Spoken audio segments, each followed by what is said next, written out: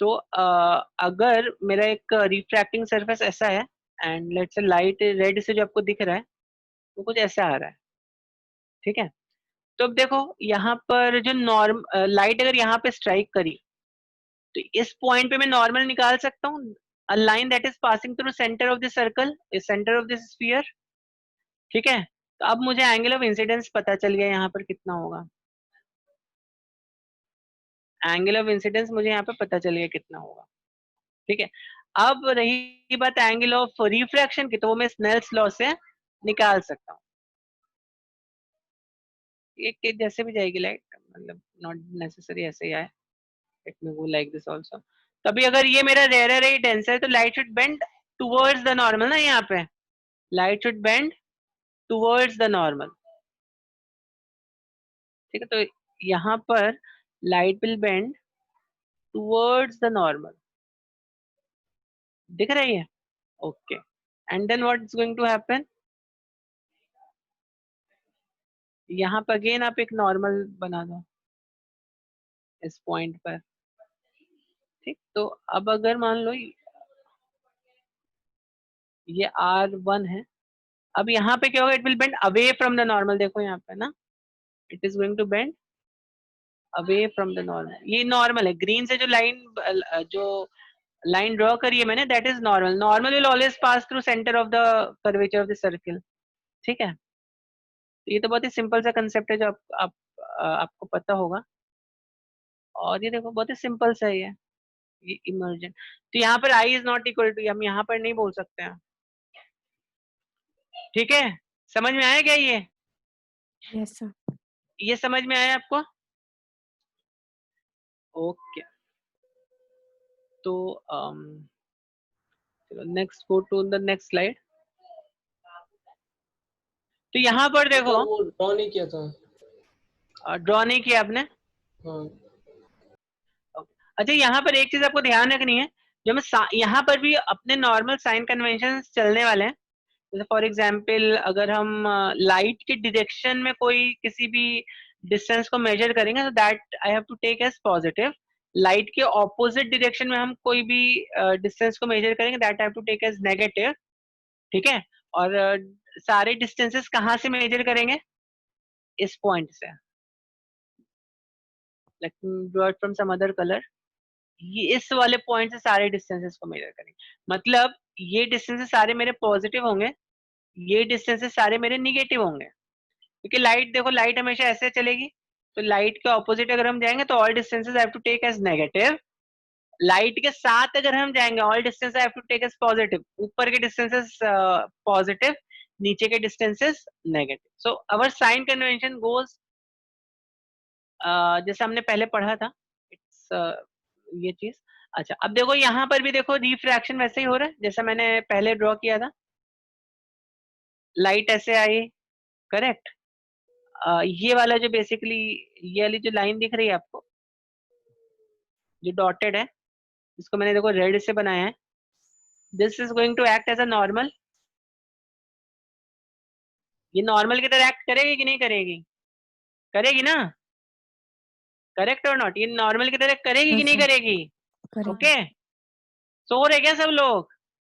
I know it is a day time class, सो नहीं सब लोग? ओके। तो नॉर्मल इस पॉइंट पे नॉर्मल ऐसे हो गया, और because this is a rarer medium and this is a denser medium, तो यहाँ पर लाइट क्या होगा, light will bend towards the normal, ठीक है। एवरीवन इज अवेक और not? Yes, sir. Yes, yes sir. है ना Yes, सब sir. लोग जगे हुए? Yes. sir. Yes, sir. Okay, 4-5 ये सुनाई दे रहे हैं मुझे। Yes, चलो, sir. Sir. Okay okay. तो ठीक है ठीक है, चलो देखो यहाँ पे तो अभी अभी ये मेरा एंगल ऑफ इंसिडेंस आई हो गया, ठीक है। ये एंगल ऑफ रिफ्रैक्शन आर हो गया, ठीक। तो यहाँ पर आप देख सकते हो light is bending towards normal, correct. और अगेन कुछ हमने एंगल यहाँ पे अज्यूम किए हैं, जैसे ये एंगल मेरा अल्फा है, तो ऑब्जेक्ट मेरा कहाँ पे रखा था? ऑब्जेक्ट का पॉइंट ये था, जहां से लाइट हमारी आ रही है ना, देखो all the lights are coming from this point, up arrow देखो, ये वाला arrow, all the lights are coming from this object. और जैसे मैंने प्रिंसिपल एक्सिस बताया था आपको, प्रिंसिपल एक्सिस होता है ना, वी हैव हमने रिफ्लेक्शन एट कर्व्ड सरफेसेस में देखा था प्रिंसिपल एक्सिस, तो this is very similar to principal axis. देखो ये वाला जो पॉइंट है ये प्रिंसिपल एक्सिस की तरह काम कर रहे हैं ना।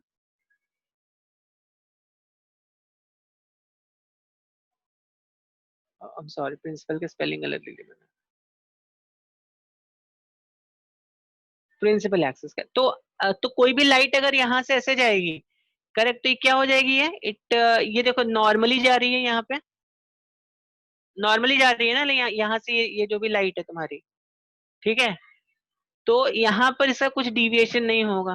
अगर मान लो मैंने लाइट को, जैसे अगर मैंने स्टार्टिंग में एक डायग्राम बनाया था आपके लिए, अगर ये मेरा एक ग्लास का स्लैब है जिसका सर्कुलर सर्कुलर शेप में ये इसका सेंटर है, ठीक है, तो अगर लाइट मेरी ऐसे जा रही है, लेट्स से लाइट मेरी सी से जा रही है, तो चलो इसको दूसरे कलर से बना देता हूँ।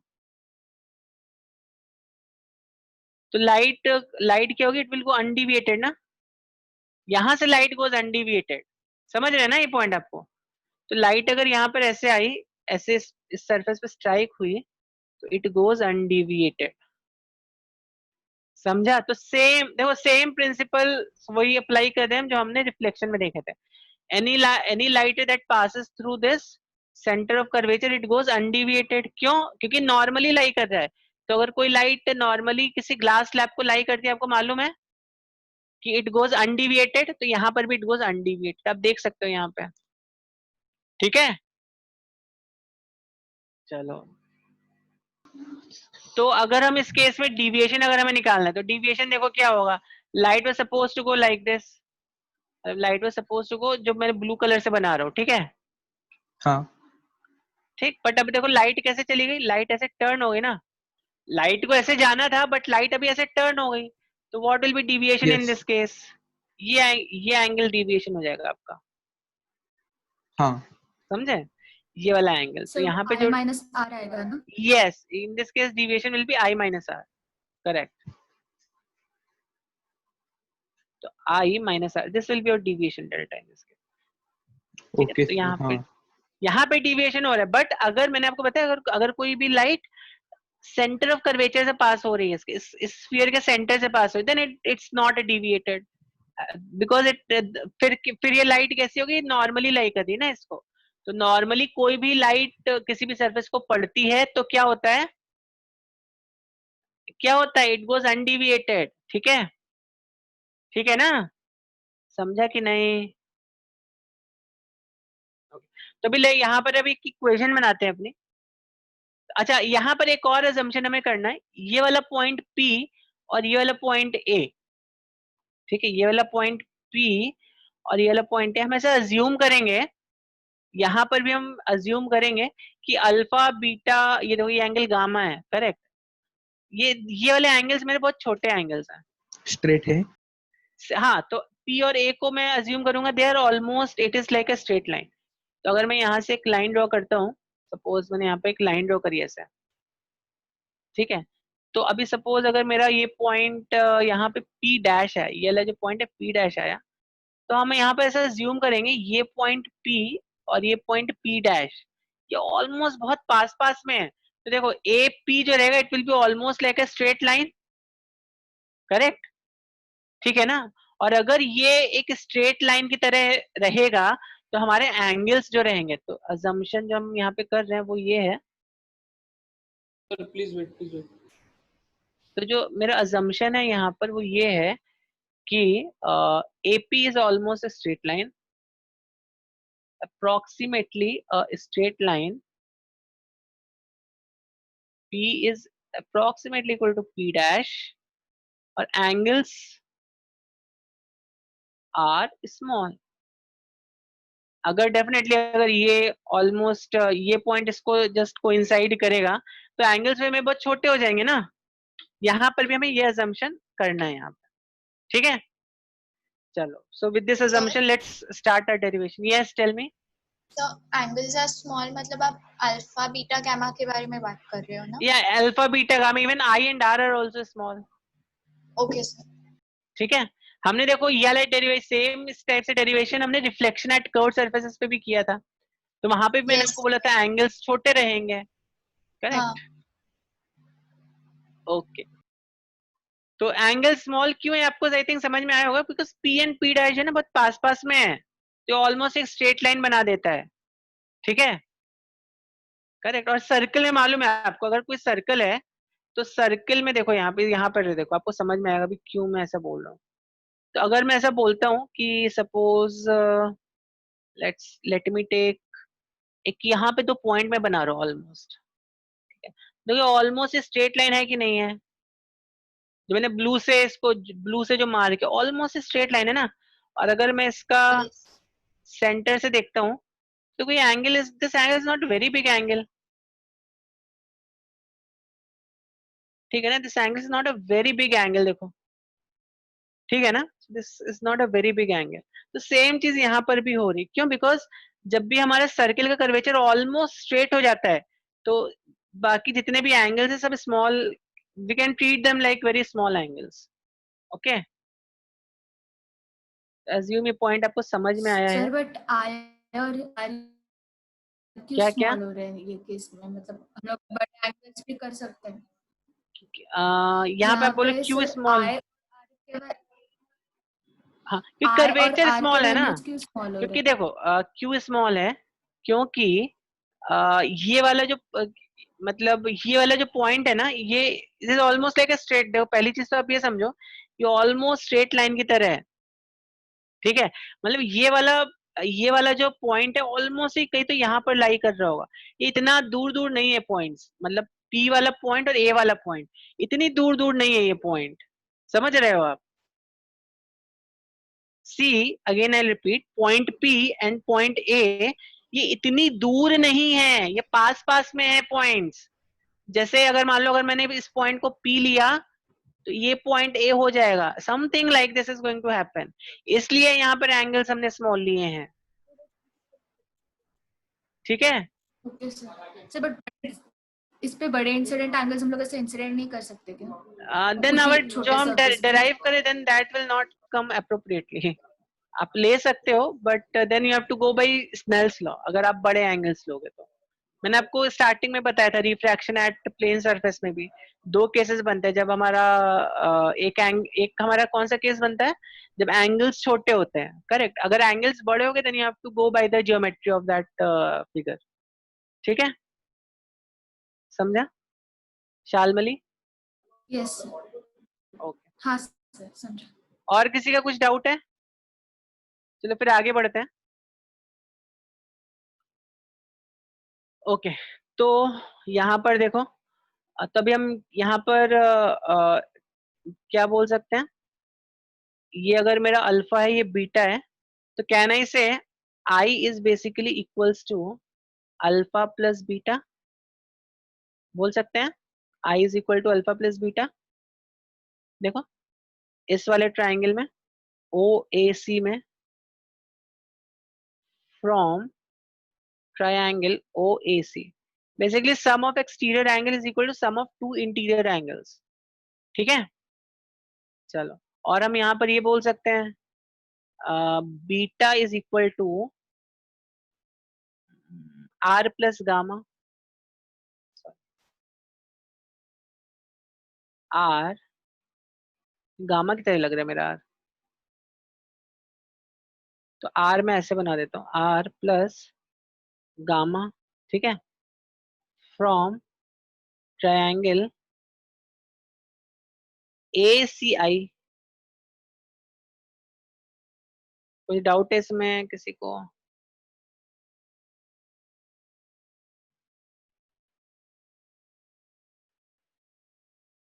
कुछ डाउट है इसमें किसी को? इसको चलो ठीक है, किसी को कुछ doubt? Any doubt? No no sir. Sir. No doubt, okay. चलो तो अब यहाँ पर देखो बीटा बीटा क्या है, आर आर प्लस गामा है, करेक्ट, और आई क्या है, अल्फा प्लस बीटा है। तो देखो यहाँ पर एक पहले तो हम यहाँ पे इस पॉइंट ए पर स्नेल्स लॉ लगाते हैं, ठीक है। स्नेल्स लॉ आपको मालूम है, अगर मान लो ये μ1 है और ये μ2 है, मैं μ1 μ2 के टर्म्स में लगाऊंगा, क्योंकि कभी कभी जैसे हमने ग्लास को वाटर में डाल दिया एंड ऑल, उस तरह के केसेस बनते हैं। तो लेट्स से ये μ1 है which is a rarer medium, and let's say μ2 which is a denser medium, something like that is over here. जब हम स्नेल्स लॉ लगाएंगे अभी यहाँ पे, तो क्या आ जाएगा, μ1 sin i equals to μ2 sin r. yes sir आप क्या इसमें बताना चाह रहे हैं कि मतलब एक side of the lens medium rare है, दूसरी साइड डेंसर है, ऐसा मतलब कैसे? हाँ, तो ये अगर ग्लास है और ये आपका एटमॉस्फेयर एयर है, तो क्या होगा, अच्छा, एटमॉस्फेयर मुझे लगा रेयर वो सिर्फ होगा। ऐसे परसीव नहीं किया, वो पूरा लेंस जैसा। ओके, मतलब इसको आप पूरा ऐसे कंप्लीट कर सकते हो ना, मतलब इसको ऐसे पूरा, अच्छा वो सर्कल जैसा आप बोलना चाह रहे हैं। हाँ इसको पूरा सर्कल बना सकते हो यहाँ पे। तो ओके जो ओके, सर्कल के अंदर जो मटेरियल वो डेंसर मीडियम है, हाँ और हाँ सर्कल absolutely। मतलब ये जो आपने ये जो स्ट्रक्चर आपने जहाँ पे रखा है वो मीडियम का रेयर मीडियम है, करेक्ट। हाँ तो आई को देखो हम क्या लिख सकते हैं, अल्फा प्लस बीटा लिख सकते हैं, हाँ हाँ वो ठीक है। μ1 sine of alpha plus beta, correct ना। This is equal to μ2 sine of R. R क्या है मेरा, आर कहाँ गया, आर आर यहाँ पे क्या लिख सकते हैं, beta minus gamma. Can we write it like this? Yes, sir. ठीक है। अब देखो मैंने आपको बताया एंगल्स बहुत छोटे छोटे हैं ना, तो जब भी मेरे एंगल स्मॉल होते तो क्या कंडीशन लगाते हैं, sine theta is approximately equal to theta which is approximately equal to tan of theta, ठीक है। जब एंगल्स हमारे छोटे होते हैं फॉर स्मॉल एंगल्स, ये कंडीशन मैं डेराइव कर चुका हूं आपके साथ, ठीक है। तो यहाँ पर देखिए, Yes, अभी sir. अभी यहाँ पर देखिए, तो इसको हम क्या लिख सकते हैं, μ1 alpha plus beta equals to μ2 beta minus gamma, ठीक है, ठीक है ना। हाँ Yes, sir. sir. ओके, तो अभी बस हमें इसको थोड़ा सा सॉल्व करना है।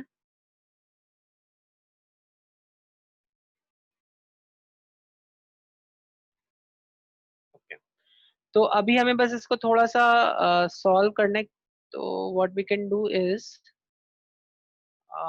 तो फर्दर वी कैन से, यहाँ पर लिख देता हूँ मैं μ1, तो कितना का μ1 टाइम्स, लाइन ड्रॉ कर लेता हूँ,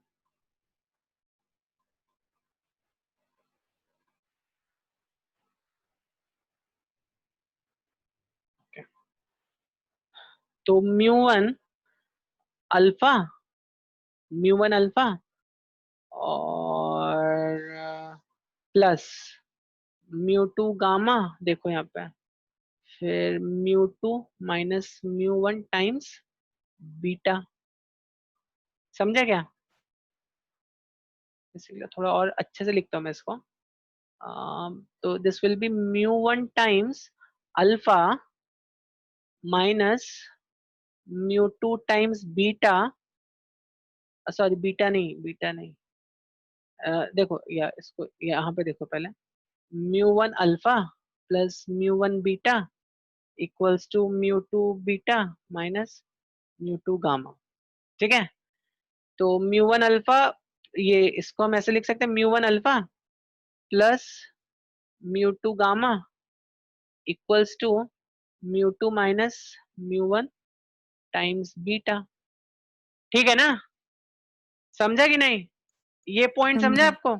हाँ सर। Okay, अब हाँ, एंगल्स देखो sir. मेरे छोटे ही हैं, एंगल्स तो मेरे छोटे ही है ना, तो अल्फा की जगह मैं tan अल्फा भी लिख सकता हूँ यहाँ पे, I can write, because angles में देखो ये वाली कंडीशन फॉर स्मॉल एंगल्स तो छोटे हैं, तो यहाँ पर हम क्या लिख सकते हैं, अल्फा को tan अल्फा लिख सकते हैं plus μ2 tan of gamma equals to μ2 minus μ1 tan of beta. तो बताओ जरा tan अल्फा क्या हो जाएगा, जरा जल्दी से बताओ, tan अल्फा यहाँ पे देख के बताओ मुझे कितना आ जाएगा, AP upon OP। AP by OP. AP upon OP ना, AP upon OP, tan gamma बताओ जरा कितना आ जाएगा। tan गामा ये है, tan गामा, गामा एंगल ये है,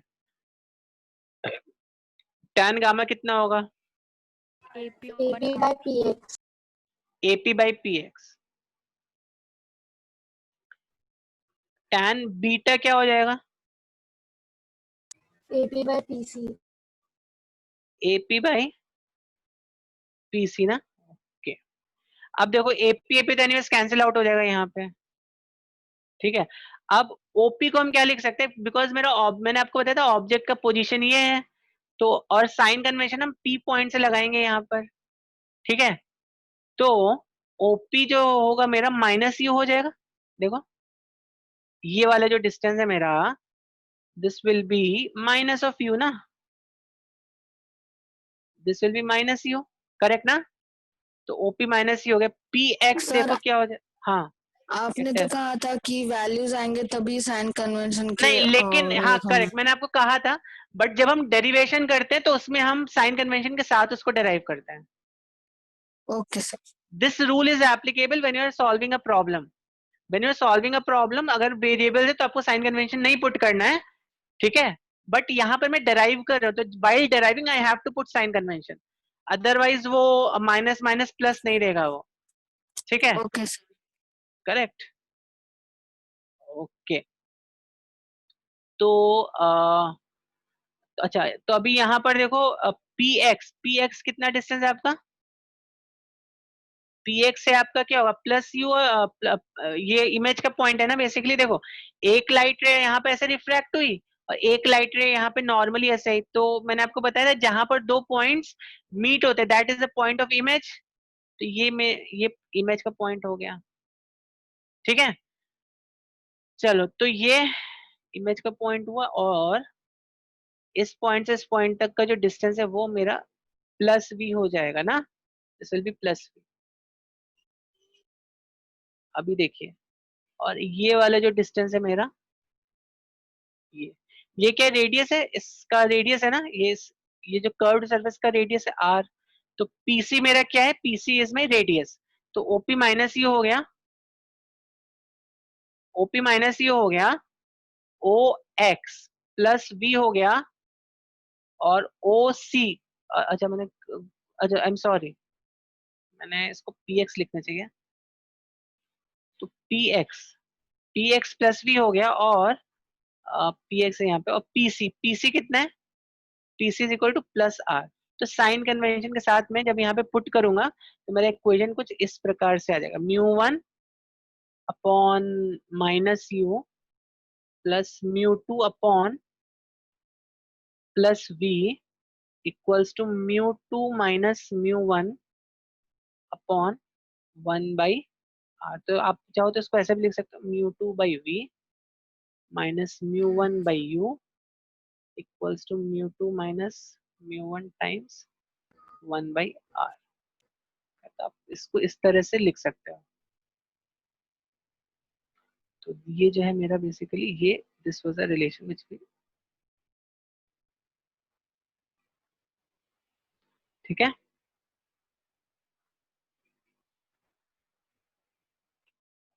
okay, so in this case अभी देखो यहाँ पे क्या है, locate the image formed by refraction in the situation shown in the figure. तो अभी यहाँ पर आपका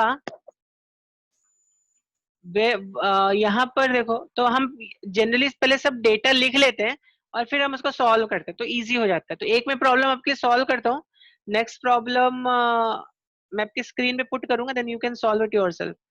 करेक्ट। तो अब देखो यहाँ पे u, मेरा इमेज डिस्टेंस u कितना है,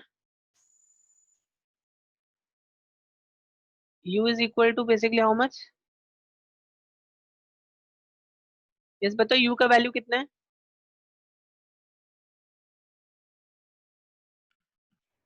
-25 Minus centimetre. 25 centimeters. u is -25 centimetre, correct. Okay, फिर μ1 कितना है मेरा, लाइट कहाँ से जा रही है, μ1 से μ2 में जा रही है ना।